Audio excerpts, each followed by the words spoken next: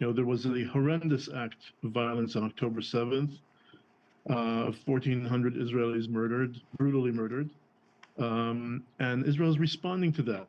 And as a response, there's a full-out war right now taking place.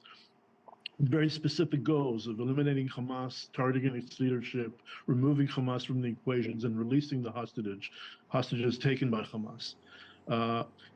Israel is trying its utmost not to further alleviate the suffering further add to the suffering of the Palestinians. It is warning Palestinians to move to the south to get from the crosshair of the fire. And a lot have moved, and Israel is allowing humanitarian assistance to enter the Gaza Strip. Not enough at this point, but I do believe that once we, as the weeks go by, we'll see more of that coming in. Dan, I just want to follow up real quickly. You said that you don't think that Israel is perpetuating the humanitarian suffering of Palestinians. Did I misquote you there? I think that Israel is fighting a war here. I think it's fighting a just war here.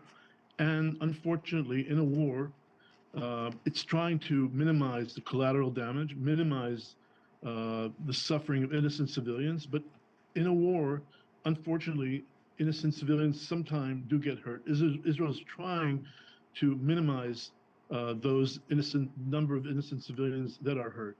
How do you square this claim that Israel is trying to minimize the suffering of civilians with the statements that Netanyahu had made, that the defense minister in Israel had made about blocking all water and food and electricity in Gaza? The president of Israel, Herzog, saying that there's not much of a distinction, that the entire Palestinian population is somehow guilty. Several Israeli officials talking about the fact that we don't care about accuracy in these bombing campaigns, that the focus is right now on maximizing damage and destruction, and the fact that solar panels are being bombed, that water tanks are being bombed. I think it seems like all the evidence is pointing to the fact that the suffering of Palestinian civilians is an intrinsic part of Israel's campaign here. It is not. It is definitely not. And I know that Israel is doing its utmost not to hurt innocent civilians. The fact that the halting of services, the water, food, electricity that you mentioned those have been lifted already. Israel has been allowing that to happen.